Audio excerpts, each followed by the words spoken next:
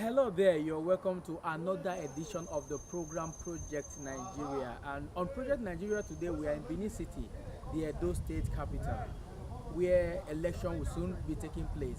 And on Project Nigeria today, we'll be talking to the PDP gubernatorial aspirant, Pastor Osagie. Candidates now. Candidate now.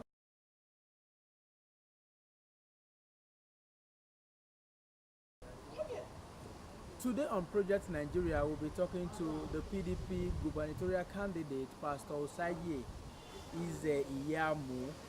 He will be talking about the effect of the postponement of the election, his simple agenda, and every other thing that will lead Edo State to the next level if God willing he is elected come September 28, 2016.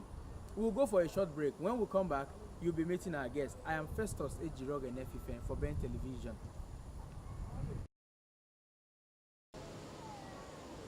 My name is Festus Ejirog Enefifen, and I'll be your anchor person.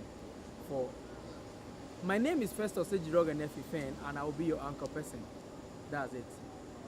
Thank you for watching. I hope you enjoyed that edition. I hope he has been able to put paid to some of the questions you have to ask him concerning the PDP election, concerning the elections in Edo State. Until next time, where we'll bring you another useful and exciting episode of Project Nigeria, I remain your host, Festus Ejirog Enefifen. Thanks for watching.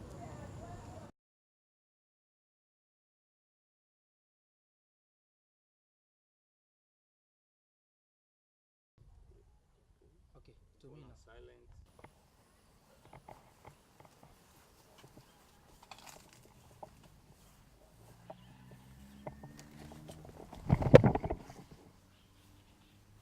You're welcome. Thank you.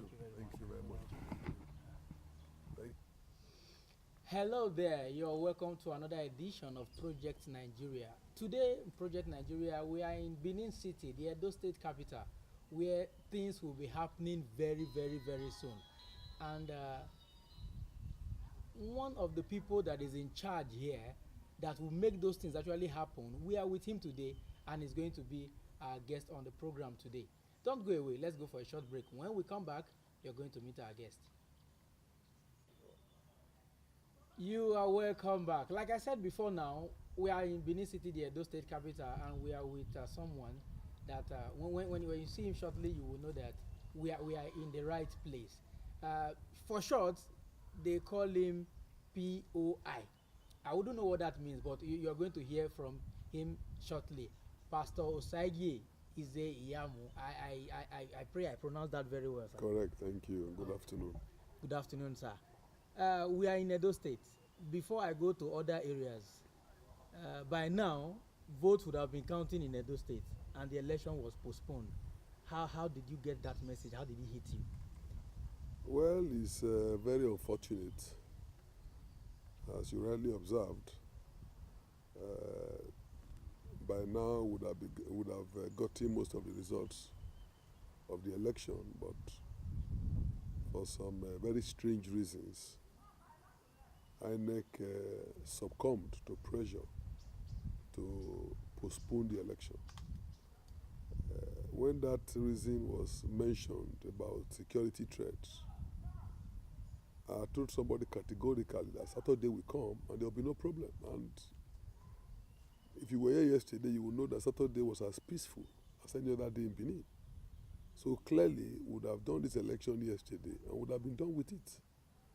You can imagine how much the federal government would have wasted in a time of recession. Also, of course, you also know how much we have also wasted in trying to keep faith with the INEC timetable. So it's very unfortunate, and a lot of people had adjusted their calendars to be in Benin during this period so that they'll be able to vote. Our Crown Prince had arranged his coronation to be on the 26th of September so that by the time he's being coronated, the issue of governorship election would have long gone. And all of a sudden, because some people are afraid to contest elections and are desperate to retain power by all means, the date is scuttled, and we're now told that the elections will be on the 28th, which is a weekday. This is not a by-election, for God's sake. This is a gubernatorial election. Why will you be doing it on a weekday, on a Wednesday, when we had so many Saturdays to play with? So clearly the postponement was in bad taste, but we are law-abiding citizens. And at the end of the day, we really have no control over the date. So if INEC and the security agencies decide that the election will be on the Monday or the Wednesday, so be it. But we appeal to them. Let the election be credible. Let there be some level of certainty about the timing of the election. Let it be free and fair. Though people deserve the right to vote for the governor of their choice without undue interference from any quarter. So it's sad, but we have gone past that. We are waiting for the new date, and we'll continue to reach out to our people that no matter the hiccups and setback, they should still be ready to come out en masse to vote for their choice. Thank you. What also indirectly, this postponement, how has it affected your party and your person? Well, you see, apart from the initial disappointment, nothing has changed. If it was done with the purpose of demoralizing us, they have failed. You know, our enthusiasm is not dampened at all. In fact, we are more resolved, we are more resolute, and anytime they are ready, we are ready. Our people are very enthusiastic. In fact, you know, for children of God, every situation has a way of working together for our good. And what I've even found in the past couple of hours is a groundswell of public opinion in my favor. I went out today, and everywhere I went, people were saying congratulations. You know, it was prophetic, but at the same time, it was, you know, a pleasant surprise. Elections didn't hold, and yet people are telling me congratulations. So, to those ordinary people, in spite of the postponement, the verdict is clear. You have won the election. So don't be bothered about the postponement. Just relax and wait for the next date. And we will come out again in full force to vote. So it has made the ordinary man to even connect more to me, because clearly they see me and my party as being oppressed. And this is not the first time. From the beginning of this election, there has been a deliberate effort to oppress us, to scuttle all our campaign efforts. You will recall that when we wanted to flag off, we made a request to use the Bermuda Stadium, which is a public facility. And the governor refused. Even though we were ready to take alternative dates, he said it was not possible. He refused. We've tried to use public fields for our campaign. The same governor refused and told the local authorities to deny us the use of those public facilities. So we've had to make use of all kinds of makeshift venues to be able to convey our message. A lot of places we wanted to put billboards and banners, we were told that it was not possible, that those were major roads, and yet we saw that of the APC being done. And then, of course, they have tried to use the police and security agencies, writing all kinds of frivolous petitions and getting our people arrested here and there, all in an attempt to intimidate our people. Our people are taken to detention, and they are told there that if only they can decamp to APC, that the bogus charges will be dropped. You will recall the 13 young men who were detained at Oko prison. Thank God for the judiciary, they've been released on bail. So there have been a series of attempts being made, of course, not to talk about the governor moving from house to house at night, begging APC members with taxpayers' money to come and join, and they will give them huge sums of money. For a man who says PDP has nobody, it's shocking. that at 1 a.m., 2 a.m. is going around houses of our leaders, begging them, offering them jeeps and millions of Edo money to come and join this party. So clearly the desperation is obvious. But the people are tired. It's too late in the day to reverse the situation. Edo people are just waiting to express their vote. And it's obvious who is going to be the winner. Thank you very much, sir. We'll go for a short break. When we come back, we are going to be looking into the simple agenda of Pastor Osage Iyamu. Don't go away. You are welcome back. We are still in Benin City, the capital city of Edo State, and we are with POI, like I call him for short. Pastor,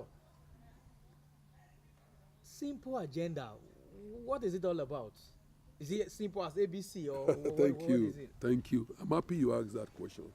I think one of the biggest problems of our leaders in government is that they don't appear to be prepared for the office they go into. They have no clear-cut agenda. There is no roadmap. Honestly speaking, if you were to ask the outgoing governor now, what really did he achieve in office? You will find out that his explanation will be incorrect. You will not be able to find any clear-cut destination. Awolowo had it. Awolowo had his 4 cardinal program: free education, free health services, integrated rural development, and gainful employment. So in my own case, I said, look, I do not want to fall into the pit hole of many of these politicians. In trying to run for office as governor of Edo State, what really do I want to achieve? What are the issues? What is that program that can make a difference in Edo State? And for that program to be effective, our people must know it and they must be able to connect with it.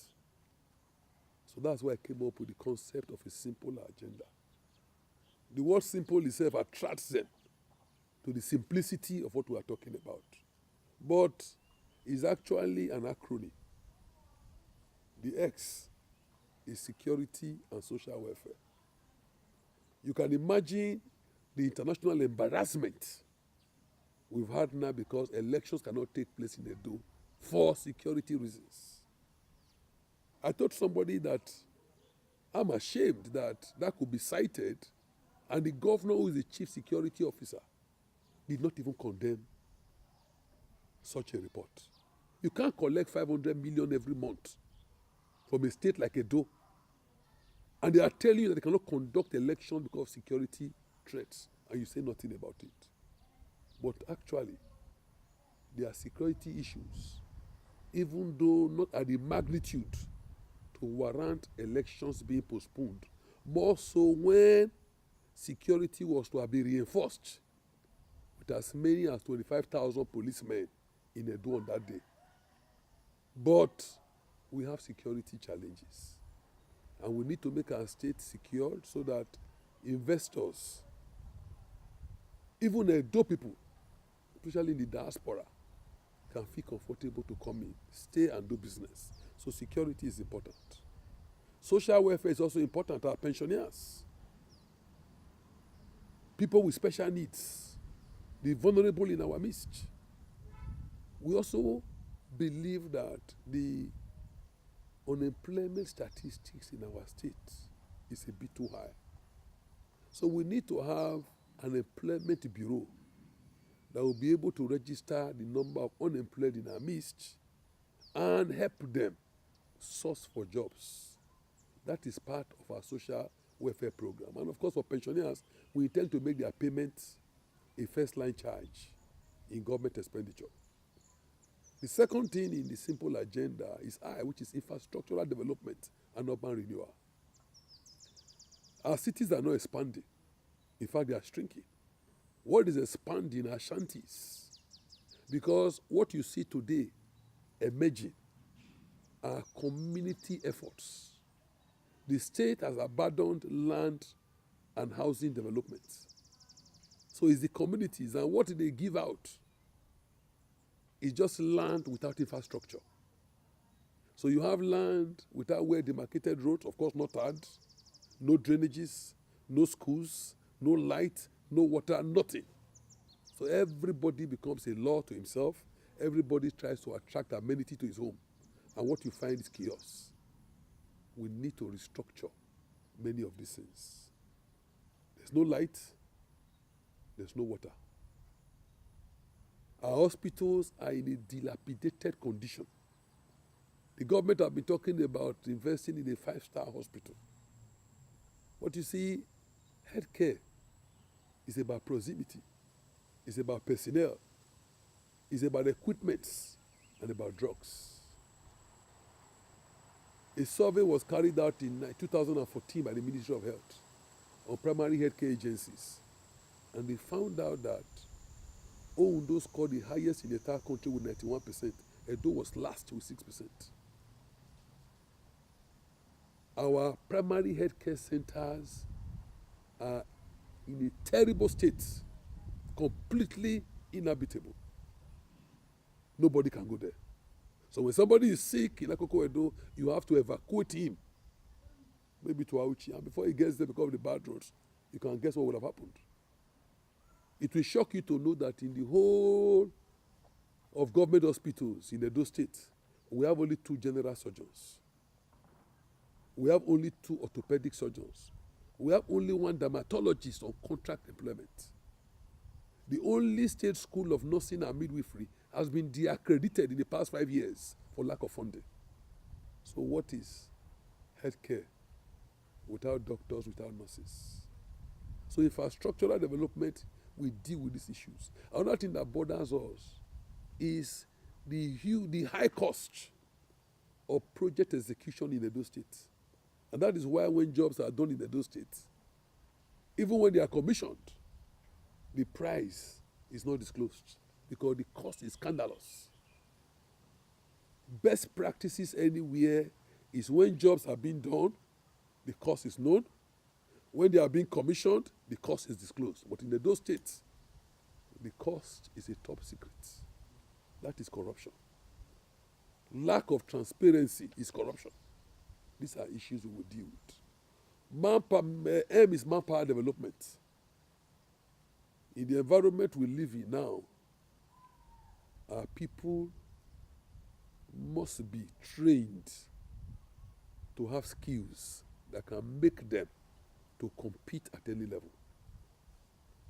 And we believe that one of the ways to change the unemployment statistics in Edo is to focus on technical education. Focus on skill acquisition.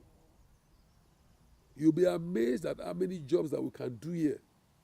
But because we lack the requisite skills, we are looking for outsiders to do it. Why do we have to look for somebody from Benin Republic to come and do POP in houses? Why can't we train our people? There are many cars we cannot even fix in Benin because we don't have the mechanics with the experience. We have to go and look for Lebanese in Lagos, in Abuja to come and fix them. So clearly, there are a lot of opportunities. So we need to focus in technical schools, in skill centers. The P in the simple agenda means public-private partnership. Government cannot do it alone. We need to partner with the private sector. And that is where, again, this government has failed completely because in their past, almost 8 years, there has been no relationship with the private sector. They've operated as if the private sector does not exist. Even things like trade fair that used to happen in the past have been non-existent in their time. There's no connection between them and chambers of commerce. There are no meetings to even interface and try and have a synergy about how business can be stimulated in Edo.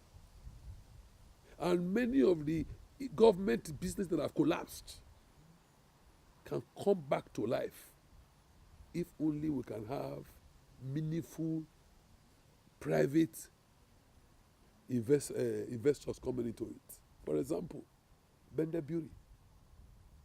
We have international brewers from Germany, from the Eastern Bloc, that will gladly come and take over. Help us liquidate the liabilities and bring back that factory to life. A dough line should not be closed. Edo, by virtue of its central location, is the hub of transportation in Nigeria. There are so many transport companies that are doing very, very well. And I can tell you, as somebody who was secretary to government, that even the assets of a Edo line is more than enough to liquidate their liabilities. They have prime landed properties in Abuja, in Port Harcourt, in Lagos, and even in the old GRO in Benin. So how can a company that has such assets be closed down completely when the company is capable of bringing revenue to the state and employing so many of our people? So public-private partnership would revive the agricultural sector. Edo was doing very well in agriculture. In my time in government, Edo was number 1 in cassava. Edo was number 2 in cocoa. Edo was number 1 in what do you call this fruit? Pineapple. Edo was doing very well in rice. And with the federal government's policy of encouraging local rice farmers, this would have been the time for Edo to excel, because we have communities that are perfect for rice cultivation. Ilushi and Egbete. Ekboma. In fact, the biggest facility in this whole country for rice processing is in Agenebode, the Lemetis farm. Government has made no interest, has shown no interest. And so basically, agriculture is zero. Public-private partnership will bring that back. Then the L is leadership by example. What is missing in our state today is the right kind of leadership.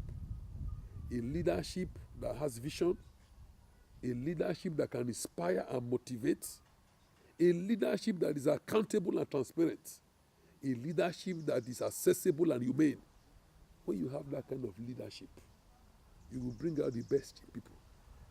You will see civil servants coming up with wonderful ideas because you are able to have a workable relationship with them. You are treating them as colleagues and not as subordinates who can be fired if they displease you. Our civil service have been so traumatized, so harassed in the past 8 years. People are summarily dismissed without recourse to civil service rules. So they just stay there and they allow the governor to continue to wallow in mistakes. Nobody's ready to give any meaningful suggestion. All these things can change if you have the right kind of leadership. And then the E, simple agenda, is employment and empowerment. There must be a deliberate effort to employ our people. This government has been very wicked in the area of employment. Can you imagine in the entire schools of Edo State, they have only 17 physics teachers. They have only 13 biology teachers.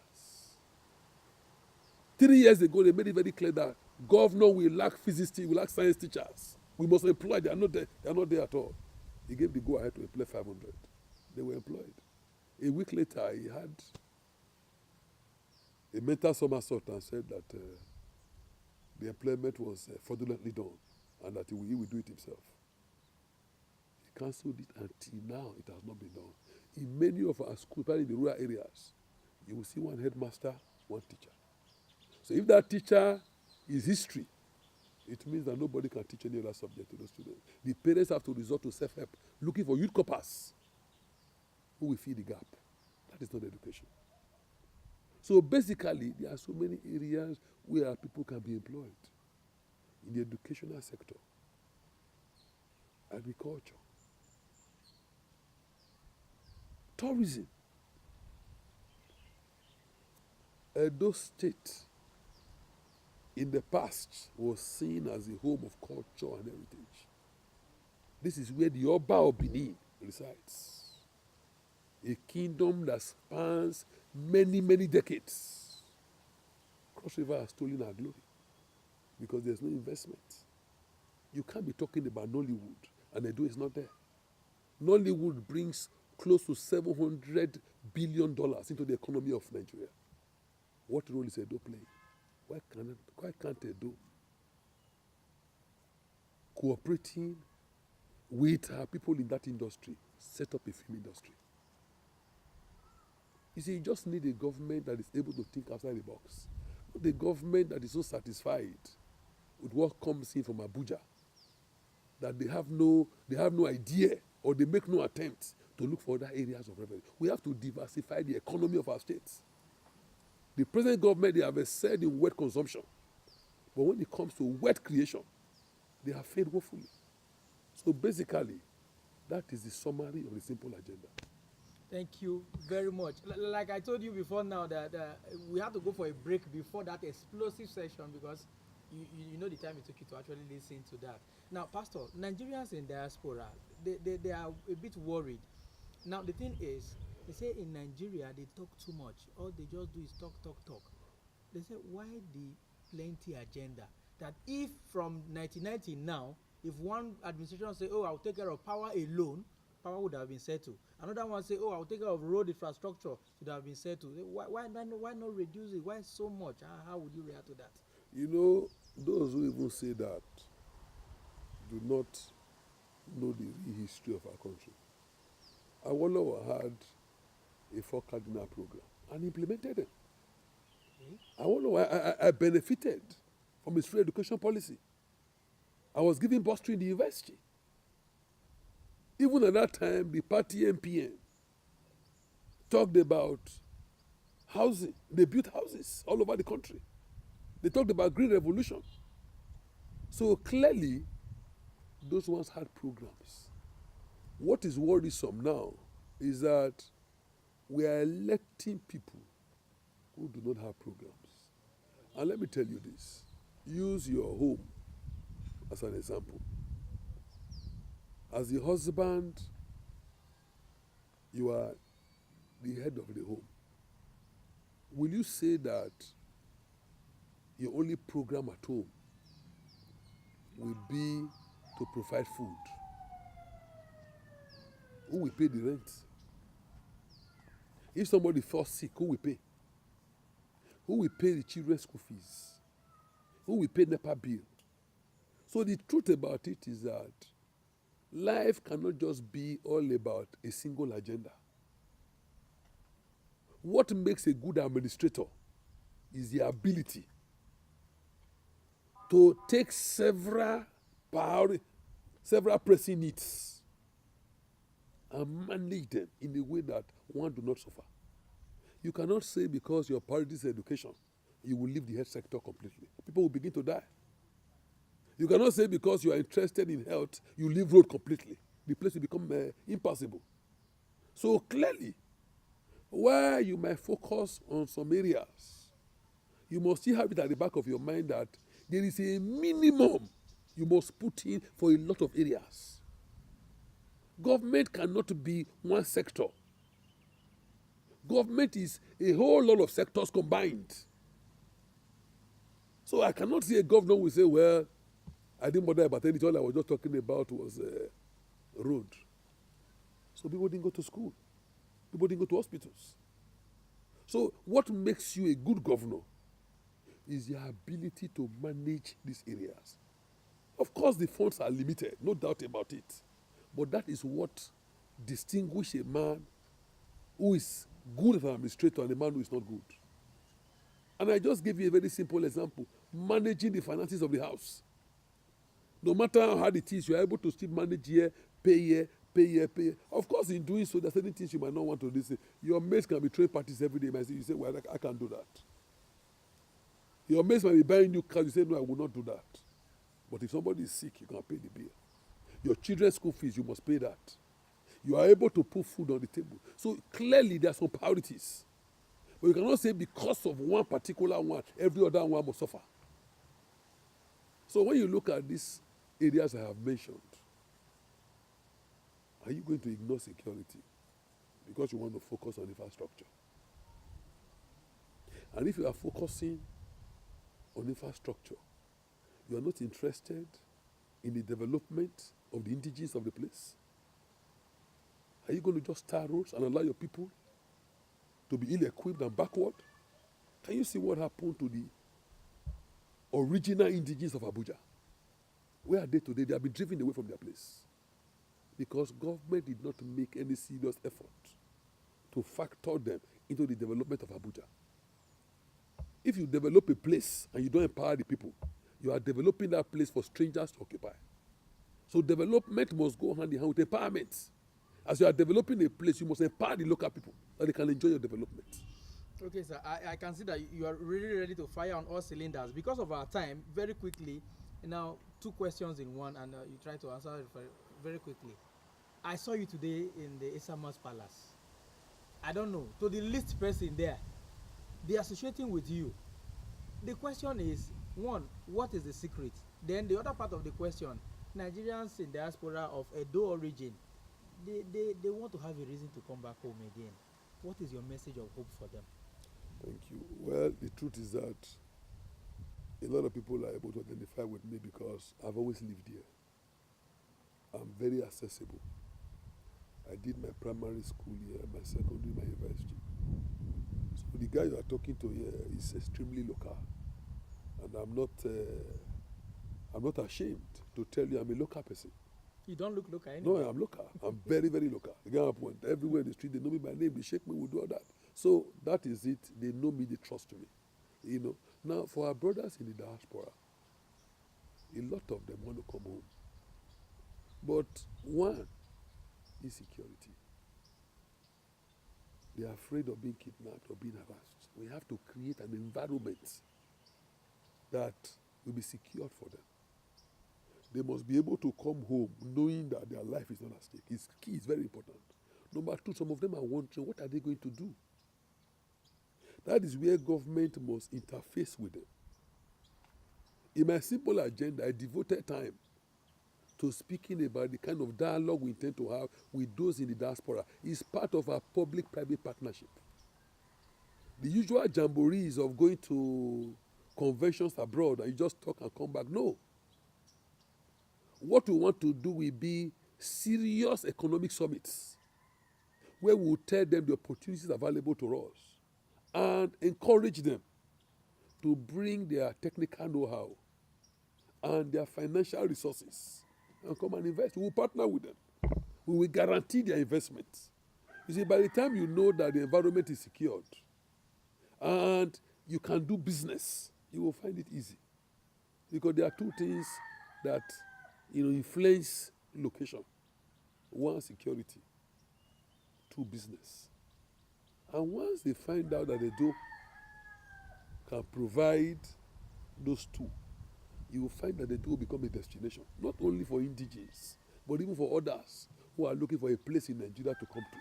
So we are going to make Edo very attractive. We are going to rebrand Edo and make it a destination point in business, in tourism, in so many areas.